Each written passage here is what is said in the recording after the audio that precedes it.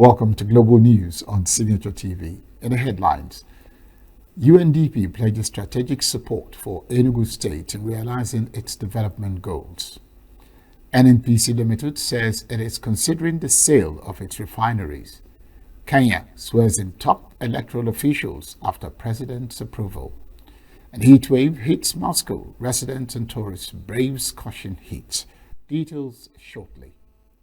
Every second, every minute, every day, news is breaking, events occur, and there are new developments. At Signature TV, we follow these stories objectively, bringing all sides without bias, explaining the complex issues, breaking down the numbers, and investigating the issues behind the news. Anywhere and everywhere, near or far, wherever the news is, we will be there. Signature TV. News in your pocket. The United Nations Development Programme, UNDP, has pledged to support the Enugu State government in accelerating sustainable development goals and reducing inequality and poverty in the state. A resident representative of the UNDP in Nigeria, Dr. Naha Atafua, gave the assurance during a courtesy visit to Government House, Enugu. Atafua noted the unique geography and commercial advantage available in the state and urged the state to leverage opportunities under the African Continental Free Trade Area. In Nigeria, we are trying to fix our eyes on a few things, Your Excellency, and very much aligned to your vision. We don't want to spread too thinly, and there are a few things that we want to fix our eyes on. I just wanted to say that in summary, because it's part of an integrated offer that we are discussing with governments and our governors now, and we're calling it our integrated smart states offer. So we have one word in common, which is smart, and we need to be future smart. And what are the elements of this offer? First of all, we are advancing very, very strongly in the area of innovation, digitalization, and the knowledge economy.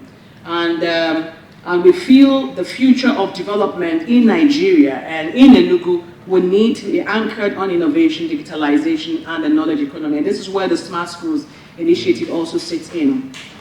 We are trying to do a few things, Your Excellency. One of the things we are trying to do is to see how our universities, and Enugu is a space we have to watch for this, our universities will become a space for inspiration.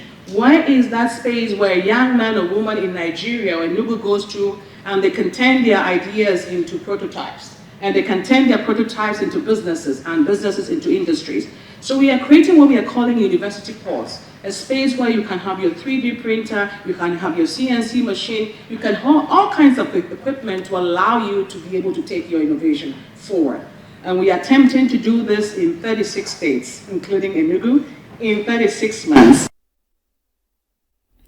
Governor Peter Mbah emphasized his administration's commitment to economic growth through human capital development. He said the state government is pursuing inclusive and sustainable development, taking advantage of partnerships and collaborations with critical stakeholders. I'm very excited to hear some of the programs of UNDP and how that align with what we're also doing here in Enugu. So I would say this is a case of where preparedness meets opportunity. And this is something that we're excited about. We took the view that if we must grow our economy at the level we're talking about, if we must deal with the challenges of insecurity, human capital was a no-brainer, that we must invest in human capital, and which is what is responsible for the policy of the cutoff point.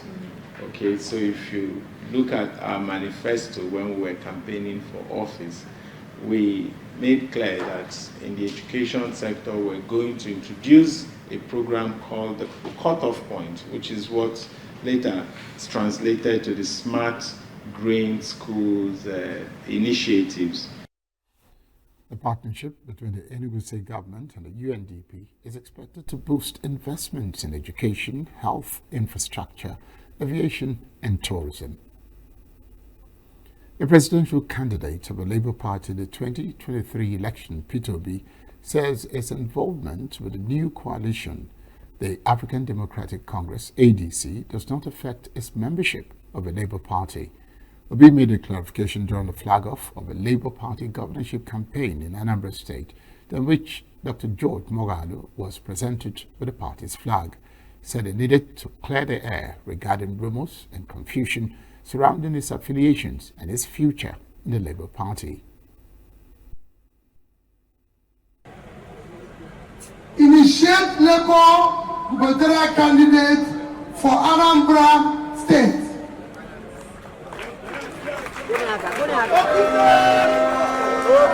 The reason why I said I'll start this conversation is that there's some confusion that I need to explain to you people.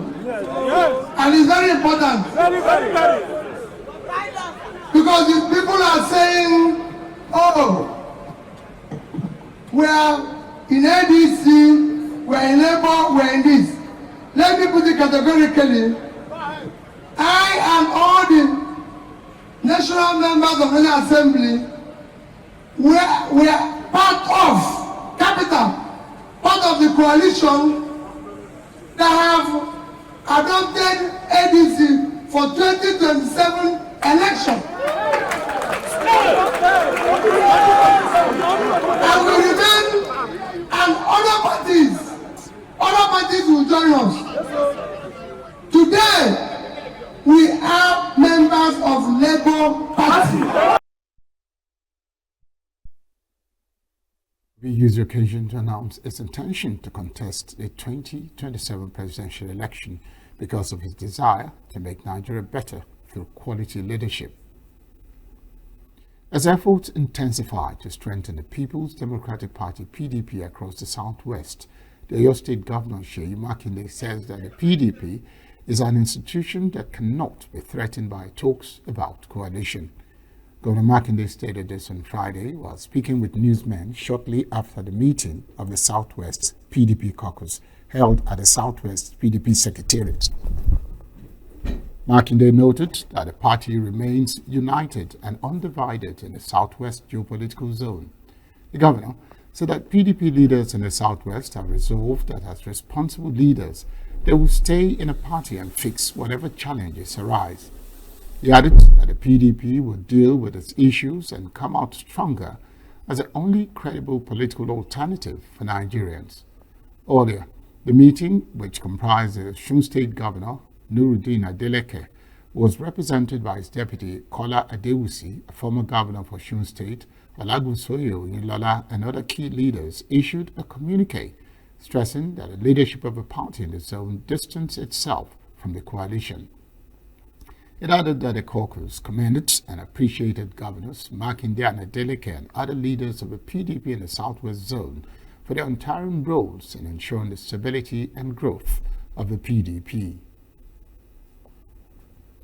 President Bola Tinubu has delegated Vice President Kashim Shettima to represent him at the Golden Jubilee celebration of Sao Tome and Principe's independence. Vice President Shettima is scheduled to depart Abuja on Saturday for Sao Tome, the capital of the Democratic Republic of Sao Tome and Principe. The president is currently outside the country, having attended the 17th BRICS Summit in Rio de Janeiro, Brazil. According to a statement from the presidency on Friday, Shettima will join other African and international leaders at the grand finale of activities marking the island nation's 50th independence anniversary. Celebration will feature official speeches, military parades, cultural displays, and traditional performances, showcasing the country's heritage and unity.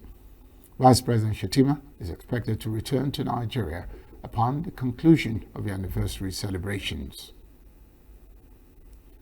The federal government has attributed non-payment of the June 2025 salaries to some federal civil servants to technical glitches. Statement issued by the spokesperson of the Office of the Accountant General of the Federation, Bawa Mokwa, on Friday, said that an investigation has been launched into the issue following complaints from the affected workers. Mokwa assured that the Office of the Accountant General is working closely with the relevant service providers and stakeholders to resolve the matter. He stated that concrete steps have already been taken to isolate the problem and that arrangements are underway to reprocess the failed payments at the shortest possible time. Mokwa said the government remains fully committed to transparency, accountability and efficiency in all payroll operations and open to continuous engagement with stakeholders to ensure sustained improvements in service delivery. The National Association of Retired Police Officers of Nigeria, NAPON, has appealed to President Bola Tinubu and the Inspector General of Police, Kayode Egbetokun, to urgently address the challenges facing the Nigeria Police Force with regard to the new pension scheme and salary structure for serving and retired officers. Speaking at a press conference in Abuja on Friday, a retired Assistant Inspector General of Police and President of NAPON, Paul Ochonu, expressed deep concern over the growing agitation and planned peaceful protest by retired police officers will feel sidelined by the government's failure to address long-standing injustices. He decried the poor funding of the NPF, mega salaries for serving officers, and the unsustainable pension payments for retirees after decades of service. He also called on the federal government to urgently enhance the salary structure for serving NPF personnel, noting the link between poor wages and low amounts being contributed to Retirement Savings Account (RSA). Edo State Governor Monday Okpebholo has said it would probe the administration of his predecessor, Godwin Obaseki. It disclosed this while speaking to party leaders, youths, market women, civil servants, professional bodies, and groups during a victory parade held on Friday in Government House, Benin City, Edo State. Obaseki governed the Niger Delta State from 2016 to 2024 until his party, the People's Democratic Party, PDP, was ousted by the All Progressives Congress, APC. According to the governor, officials who served in Obaseki's government would also be interrogated on how they governed the Edo people in the last 8 years. Specifically said that the PDP candidate in the last governorship election, Asfo Ighodalo, and his party kept money for the election as well as for court cases. Members of the All Progressive Congress, APC, and market women, among others, on Friday denied access to the Edo State Government House during the celebration of Governor Monday Okpebholo's victory at the Supreme Court. Supporters of the party were reportedly barred from entering the Government House by security operatives who said they were acting on instructions. Supreme Court had on Thursday validated the decisions of the lower courts, Election Petition Tribunal, and a Court of Appeal, which upheld Okpebholo as the winner of a September 21, 2024 governorship election. As a result of the judgment, members and supporters of the APC, as well as market women and youths, gathered at the Benin airport as early as 7 a.m. to give the governor a rousing welcome. Jubilant supporters were still at the airport at about 12:40 p.m. when the governor's aircraft touched down. Following the euphoria of the victory, the supporters, many of whom were not mobile, proceeded on foot in a road procession with Okpebholo's convoy chanting solidarity songs. Processions, which lasted for about an hour, terminated at the Edo State Government House. Supporters were ever stunned when they were prevented by security operatives from going into the Edo State Government House with the governor. The bewildered supporters took turns to lament the development, with many raining insults on the authorities. Still to come, Niger State government sets up committee to boost livestock production. Bandits kill 6 CBG members, abduct others in Zamfara community. These and more after the break.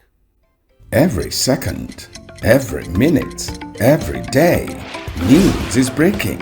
Events occur and there are new developments. At Signature TV, we follow these stories objectively, bringing all sides without bias, explaining the complex issues, breaking down the numbers, and investigating the issues behind the news. Anywhere and everywhere, near or far, wherever the news is, we will be there. Signature TV. News in your pocket. the River State Police Command and announced that the 2 suspects declared wanted in connection with the alleged assault of a sole administrator, Auda East, have submitted themselves to the command. Statement by the Police Public Relations Officer Grace Iringa Koko revealed that the suspect, Hector Akakita, Chief Security Officer, and Alonio Lodi, Chief of Staff, declared wanted on the 6th of July 2025, reported to the police on the 10th of July. Statement said the suspects have been accused of criminal conspiracy, stealing, and assault occasioning harm on the Auda East sole administrator, Goodluck Iheanacho. Suspects whom she said submitted themselves to the River State Police Command at Moscow Road, Port Harcourt, were subsequently cross-examined by the Commissioner of Police, Olumbenga Adepoju, and his management team. Command urged anyone with useful information and can assist in the ongoing investigation to come forward, noting that the public's cooperation and assistance are invaluable in ensuring that justice is served. The National Orientation Agency (NOA) and the Economic and Financial Crimes Commission (EFCC) are set to launch a nationwide sensitization campaign aimed at educating Nigerians on the dangers of cybercrime and promoting a culture of financial integrity. This was contained in a press statement signed by Deputy Director Communications and Media Paul Odein and made available on Friday. The statement said the Director General of NOA, Madam Lanre Isau Nilu, announced a planned sensitization campaign at a public lecture organized by the EFCC to commemorate the African Union Anti-Corruption Day in a concerted effort to curb the rising cases of virtual asset and investment fraud. Isau Nilu explained that the states will be chosen based on key vulnerability indicators such as prevalence of investment fraud, youth population density, and digital risk exposure. NOA Director General noted that the agency's innovative AI-powered platform, Chilen, has been instrumental in enabling citizens to report crime-related information anonymously. EFCC Chairman Ola Olukoyede reaffirmed the Commission's long-standing collaboration with NOA, especially in public enlightenment on government initiatives and anti-corruption efforts. Niger State Government has inaugurated a 22-member Livestock Development Committee to boost agricultural development and livestock production in the state. The committee was inaugurated by the Secretary to the State Government, Abubakar Usman, in Minna on Friday. The committee, made up of experts, stakeholders, and government representatives, is tasked with formulating and implementing policies to enhance livestock production, improve animal health, and promote sustainable agricultural practices in the state. Usman emphasized that the inauguration of the committee underscores the state government's unwavering commitments to agricultural transformation and sustainable development. SSG charged members to leverage their wealth of experience, dedication, and passion for service to drive impactful initiatives that will revolutionize the livestock sector. The committee is expected to commence its activities immediately with a focus on strategic interventions that will position the state as a leader in livestock production and agribusiness in Nigeria. Nigerians have been counting their losses in human lives, property, and livelihoods occasioned by torrential rains and severe flooding in parts of the country. The Weather Agency listed about 20 states as places with high vulnerability, including Niger and Benue, where the disasters wreaked havoc, killing many and rendering families homeless. Signature TV took the microphone to the streets of Abuja to find out what regulatory agencies and citizens are doing to avert or worsen the situation. Abuja have a master plan, and which everything they are doing is according to the master plan. So people fall victim because they don't want to obey. They do things in their own way. That's why they are victims.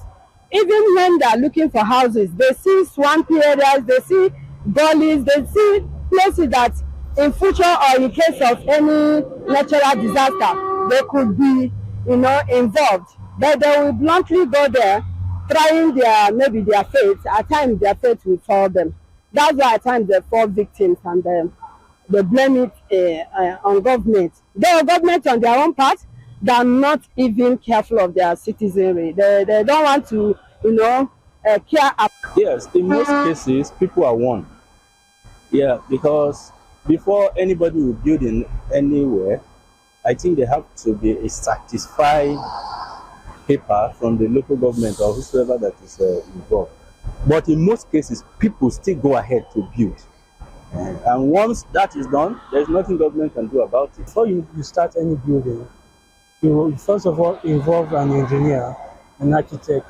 So your architect will be the one to advise you on the kind of building you have to build before you start building. There are some places where you cannot start building an upstairs, but you know it will definitely sink, or it will definitely fall. And there are some kind of places where your architect will advise you, okay, this is the kind of building you have to build here to avoid flood. And if that environment is a flood-prone area, your architect will advise you to hold on, or he will advise you not to build at that particular area. He can either advise you to start farming, or he can advise you to do some other things. Government are always warning people about the flooding. So, like people are managing where they can build. So you will see people building anyhow, blocking the gutter and their waste bin. They will be blocking they will be throwing it so that if rainfall can carry the dirty. So you see those such a thing that is the one that is blocking the waterways. So that is what is causing the flood. The government is not active enough, because if at all is active, we will not be having this reoccurrence of flood, displacing people, in their where they are staying. I think it's not active. It's not, though the government are trying their best, because the idea of giving relief materials every year, to it's my own opinion anyway, I don't think it's a good idea. We should learn to, bring an lasting solution to every problem. In this country, we're supposed to work like, let me say like 50-50. We are not supposed to depend only on government. We can't cross our leg and be waiting to government to come and do everything for us. Even you and I, we're supposed to join hands together and fix up some things by ourselves. Before any flood happens, understand, it starts from somewhere, understand. And I think there should be a system whereby, okay, if something is about to happen, there should be a warning. You understand? Okay, this sort thing is about to happen, and I think flood is coming. So can we please evacuate this location before the flood gets to this place? If they can get a system like that, I think it will go a long way. There's no enough sanitization. They do not tell these people, because they have to do it in English, in Yoruba, in Hausa, the local language, to educate all these people. And they have to pass through the tradition channel so that they educate all these people. So therefore, with that, the transition institution is more closer to people, that they can educate all these people. That they are doing the jingle over the radio and television. How many of these people are watching? So that is one. Two, the local government. They have to go down to the local government. The local government are the most closest people to those people, that they are going to educate them. The government has tried, but it's true. The entertainment has to be more. People have to be aware about the flood, the prone area where there's flood. At least 6 members of a Community Protection Guards, CPG, were killed on Thursday in an ambush by suspected bandits in Bungodu local government area of Zamfara State. The incident occurred around 12:30 p.m. as the victims were traveling from Bungodu to Yakasina in Kekumwaje district to sympathize with the family of a colleague killed a day earlier. According to a post on Friday by security analyst Zagazola on X, the guards were attacked by heavily armed assailants who opened fire, killing 6 on the spot. Several rifles and motorcycles belonging to the victims were reportedly taken by the attackers. Sources said the ambush may have also resulted in the abduction of some of the guards, though the exact number remains unclear. Troops of Operation Fansar were deployed to the area shortly after the attack, but the suspects fled into the bush before their arrival. Bodies of the deceased have been transported to Bungundo town for burial. A Lagos High Court sitting in Ikeja has sentenced the former director of Afromedia PLC, Mohammed Gobi, to 7 years in prison for orchestrating a multi-million naira and foreign currency fraud. Justice Raliat Adebi convicted and sentenced the defendant on all 17 counts brought against him by the Economic and Financial Crimes Commission, EFCC. The charges included stealing, obtaining by false pretense, forgery, and possession of fraudulent documents. The FCC initiated prosecution in 2016 following a damning petition from Afromedia PLC, which revealed a complex scheme of deception and financial manipulation that bled the company of hundreds of millions of naira and substantial sums in foreign currency. According to court documents and EFCC's presentation, Gobi fraudulently secured a seat on Afromedia's board by falsely promising to invest 1 billion naira into the company.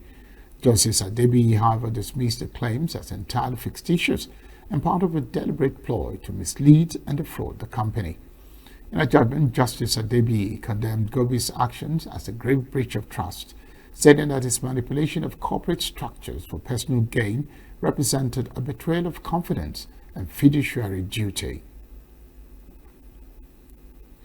The Nigeria Labour Congress, NLC, has disagreed with the Nigeria Social Insurance Trust Fund, NSITF, over ownership of plots of land in Abuja.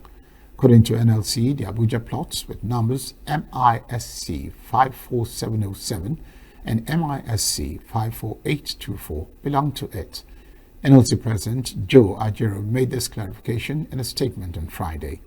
This comes as NSITF in a notice on Thursday declared that it has lost the certificate of occupancy, power of attorney, and deed of assignment in respect of a controversial plot.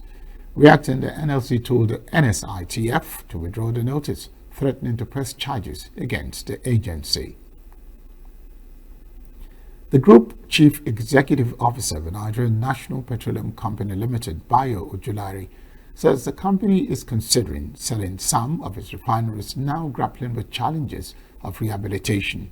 Speaking in an interview with Bloomberg at the 9th OPEC International Seminar in Vienna, Austria, Ojulari said a strategic review of the operations of the refinery, which is underway, is expected to be concluded before the end of the year. The review, he said, may lead to certain options, including putting up the refineries for sale. He noted that Nigeria has been working to rehabilitate its long-dominant state-owned refineries, including those in Port Harcourt, Warri, and Kaduna, and attributed the setbacks to outdated infrastructure and underperforming technologies. He said that some of those technologies have not worked as expected because of the challenges of refining in a very old facility that has been abandoned for a long time. He also addressed the high cost of oil production in Nigeria, which he said ranges between $25 and $30 per barrel, partly due to heavy spending on pipeline security, saying that the NNPC Limited is targeting an increase in Nigeria's oil output to 1.9 million barrels per day by the end of the year. Coming up is Talk and Money News.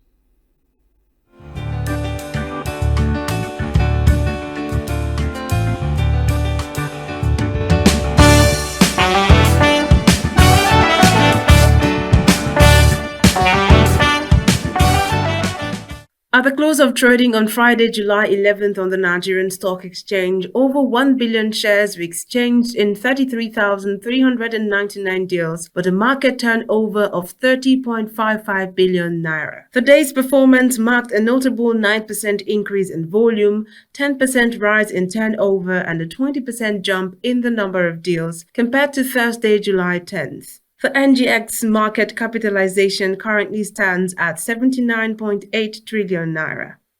A total of 128 equities participated in trading activities on Friday, ending with 62 gainers and 25 losers. Guinness Nigeria led the gainers, rising 10% to close at 96 naira 80 kobo per share, followed by Cadbury Nigeria closing at 16 naira 50 kobo, NEM Insurance closing at 22 naira, and Consolidated Hallmark Holdings closing at 2 naira 97 kobo, and they appreciated by 10% each. On the flip side, Learn Africa posted the highest loss of the day with a decline of 8.66% to close at 6 naira 1 kobo, followed by Tantalizers closing at 3 naira with a 6.25% decline. The NGX All-Share Index ASI gained 1,702.77 points, that's 1.37%, to close at 126,149.57 on Friday. This reflects a weekly gain of 4.26%, a 4-week gain of 9.29%, and a year-to-date growth of 22.56%, signaling strong investor confidence and bullish market sentiment. The Naira remained stable on Friday, July 11th, trading at 1,524 Naira per dollar at the official market, supported by ongoing Central Bank of Nigeria (CBN) interventions. In the parallel market, the dollar exchanged between 1,535 Naira buying rate and 1,550 Naira selling rate, showing a narrower gap from the official rate. This reflects improved liquidity and growing market confidence. Analysts say the trend signals the impact of the CBN's efforts to unify rates and curb speculation. That's the update from the Nigerian stock and money market this Saturday morning. I am Tomsinime Natus. Up ahead, Mexico's Sheinbaum condemns U.S. immigration raid, says 355 Mexicans detained. Crystal Palace dropped to UEFA's Conference League and multi-club ownership case. Details in a moment. Every second, every minute, every day, news is breaking, events occur, and there are new developments. At Signature TV, we follow these stories objectively, bringing all sides without bias, explaining the complex issues, breaking down the numbers, and investigating the issues behind the news. Anywhere and everywhere, near or far, wherever the news is, we will be there. Signature TV. News in your pocket. Nigeria's Foreign Minister Yusuf Tugat has revealed that the United States is pressuring several African nations to accept deported Venezuelans, including individuals with criminal records. Speaking during an interview late Thursday from Brazil, Tugat stated that Nigeria is unlikely to comply, citing the country's own domestic challenges. Reacting to the news, public affairs analyst Tunde Ojo supported the government's stance on its broader implications, also urging other African countries to reject the proposal based on the risk and burdens this could impose on already struggling economies. Government is on point. We should not accept these deportees. We should not. And no African country should be encouraged to accept Venezuelan prisoners on their soil. We do have our own problem across African countries, 54 of us, having domestic security challenges. But if other African countries want to have it, well, so be it. But for Nigeria, I will not. I will not encourage our government to accept this Venezuelan. If America is saying our students cannot come there to study, our tourists cannot come there to sightsee, they are the ones that will lose. So why must you break our head? Because America is denying us visa. So I think it's just like something we should take in our stress and move on. Meanwhile, the U.S. mission in Nigeria has addressed speculations linking recent visa policy changes to the deportation issue. In a post on social media platform X, the mission clarified that reduction in visa validity for Nigerian citizens is part of a global review based on technical and security benchmarks, not political retaliation or Nigeria's stance on deportees. Kenya's Chief Justice swore in a new chairperson and commissioners to head the Elections Commission on Friday, following President William Ruto's approval of the appointments. position holds critical influence in a country with a long history of contentious polls. Those of us who are privileged to occupy public offices occupy them on behalf of Kenyans, and therefore we must always humble ourselves and deliver services to Kenyans with grace and humility according to our Constitution and the statute. You are taking office at a time when our nation is undergoing a period of great reckoning, a moment when Kenyans, especially our young people, are expressing discontent, are expressing frustrations with public institutions. The cry from every corner of our nation is for integrity.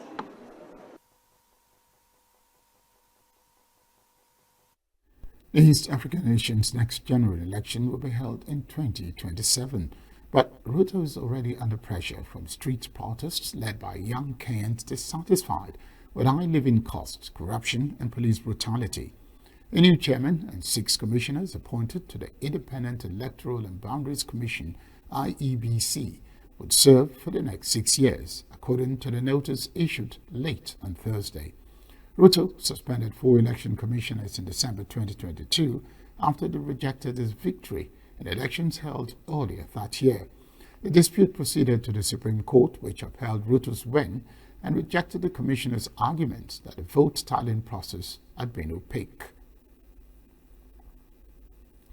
Garma Bir Mohammed Musa, a pharmacist from Sudan, lies on the floor of the exhibition hall in Angia, Crete, with other migrants.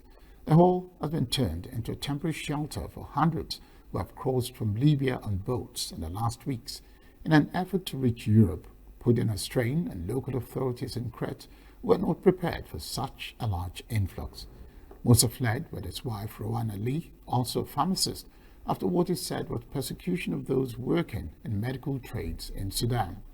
He said Libya was the only option he found to reach Greece, even though he was frightened after hearing stories of people losing their lives at sea. He has no intention of returning to Sudan, he says, and is determined to stay in Europe. Me also, I suffering, they beat me, and even they catch me. I suffering a lot of in my country because they concentrate about the medical stuff. Yeah, we are scared because sometimes there'll be people they'll be in the cell, they'll be die. Yeah. We don't have any options because we don't have any options. According to the UN, that means they have to be save us. That means according to basic of the humanity, they have to be save us. Means they know that one. It will be a big issue of politics. Greek local members voted on Friday to temporarily stop processing asylum requests for migrants arriving from North Africa by sea amid a surge in migrants reaching Crete, and after talks with Libya's Benghazi-based government to stem the flow were cancelled acrimoniously this week. Mexican President Claudia Sheinbaum on Friday condemned recent immigration raids in the United States, saying at least 355 Mexican nationals have been detained in these operations since January. U.S. federal agents carried out immigration enforcement raids on state-licensed marijuana nurseries in an agricultural region of coastal southern California on Thursday. Since President Donald Trump took office on January 20, a total of 73,533 people have been returned to Mexico, mostly by air, including 67,008 Mexican nationals. The rest were citizens of other countries, Sheinbaum said in a daily press conference. The operation sparked protests by migrant rights activists on railroad roads, prompting agents to deploy tear gas and other crowd control measures. These raids are very unfair, but they will also significantly damage the U.S. economy. Apart from the injustice, they will significantly damage the U.S. economy. Mexicans, and not only Mexicans, but also other nationalities, such as Latinos, strengthen the U.S. economy. They have built it up. There are 355 Mexican nationals detained in connection with the raids. The attorney for Kilmer Abrego Garcia, the Maryland man who was deported and returned to his native El Salvador, said Friday he expects the judge's latest decision on his deportation by next Wednesday. Attorney Simon Sandoval Moshenbek said he asked the judge for written notice from the government on where Abrego Garcia could be deported at least 72 hours before he is put on a plane. Asking the court to order that before Kilmar Abrego Garcia is put on a plane to any particular country, that he and his attorneys receive written notice of what that country will be, and a reasonable period of time, which we suggested could be as little as 72 hours, to file an application for withholding of removal as to that country. The Supreme Court 9-0 held that Mr. Abrego Garcia needs to be put back in his position before the violation of law occurred. As the judge mentioned today, she stated on multiple occasions that the original arrest that took place happened without a warrant, without any legal basis. And that took place in the state of Maryland. And so our contention is that putting him back in his original position before the violation of law means bringing him back to the state of Maryland. The government's position is that the only violation of law was putting him on that plane to El Salvador, and that occurred in Texas. Maryland-based U.S. District Judge Paula Zenix found that there were ongoing issues to resolve in the case, including whether the administration fully complied with prior orders to facilitate Abrego's return and allow his immigration case to be handled as though he had not been improperly deported. Abrego is a Salvadoran national who was living in Maryland when the U.S. government deported him in March to El Salvador, despite a 2019 judicial order barring such a move on the grounds that he could face persecution by gangs in his home country. His wife and young son are American citizens. Abrego sued in Maryland federal court to challenge his deportation to El Salvador and is now seeking to revise the lawsuit following his return to the United States. Abrego's lawyers have asked that he be returned to Maryland and be given an opportunity to challenge any future deportation. A top UN expert on Palestinian rights, Francesca Albanese, reported on Friday that the United States placed sanctions on her to undermine her capacity to do her work, which the U.S. said amounted to unfair criticism of Israel. On Wednesday, U.S. Secretary of State Marco Rubio announced that Francesca would be added to the U.S. sanctions list for actions which he described as prompting illegitimate persecutions of Israelis at the International Criminal Court. Francesca said she faces asset freezes and potential travel restrictions, warning it could set a dangerous precedent for human rights defenders worldwide. UN Special Rapporteur on Human Rights in the occupied Palestinian territories is one of dozens of experts appointed by the 47-member UN Human Rights Council to report on specific global issues. The Italian lawyer and academic has been a vocal critic of Israel's treatment of Palestinians.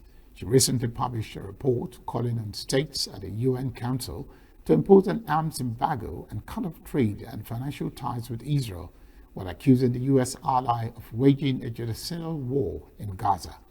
Israel's mission in Geneva said the report was legally groundless, defamatory, and a flagrant abuse of our office. The UN Human Rights Office confirmed on Friday that she is the first special rapporteur to be sanctioned and called for the decision to be reversed. The same day, the European Union said it deeply regrets the U.S. decision. US have never sanctioned a UN official in the entire history. Not other countries. This is the first. I'm the first UN official, albeit in an independent capacity, to be sanctioned by a member state. So it's been quite significant. I'm still absorbing and making sense of it. Of course, it's a disgrace. And it's a violation of the 1946 Convention on Privileges and Immunities, of which the United States is party. Those who in power use, instead of understanding that they are our civil servants, they are not kings, they are not emperors, they are not queens.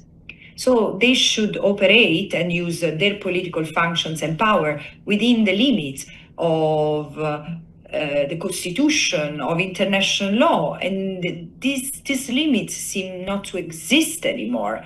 They have been trespassed, there are no red lines anymore, and we live in a realm of lawlessness. This is scary. A rally in support of migrants was held in Los Angeles on Friday as activists and artists decried the recent crackdown on migrants by the Trump administration. Los Angeles and other Southern California municipalities are joining a lawsuit against President Donald Trump's administration aimed at halting immigration raids that have spread panic among immigrant communities and sparked widespread protest. As you've heard, our community is under siege. Let's be clear. This is not about arresting criminals. This is not about what's best for this country.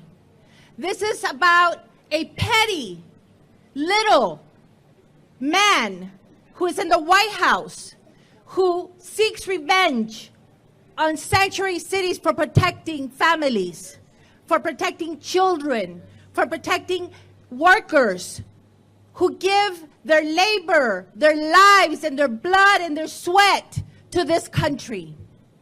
It is that labor that has made California the fourth largest economy in the world. If California doesn't have that labor and that community, the whole country suffers. And unless we get ICE out of LA, that wave is coming. A lawsuit filed last week by the American Civil Liberties Union accused federal agents of using unlawful police tactics such as racial profiling to meet immigration arrest quotas set by the administration. Illegal action by Los Angeles marks its first formal effort to halt the raids after the administration sued the city in June for limiting cooperation with federal immigration authorities.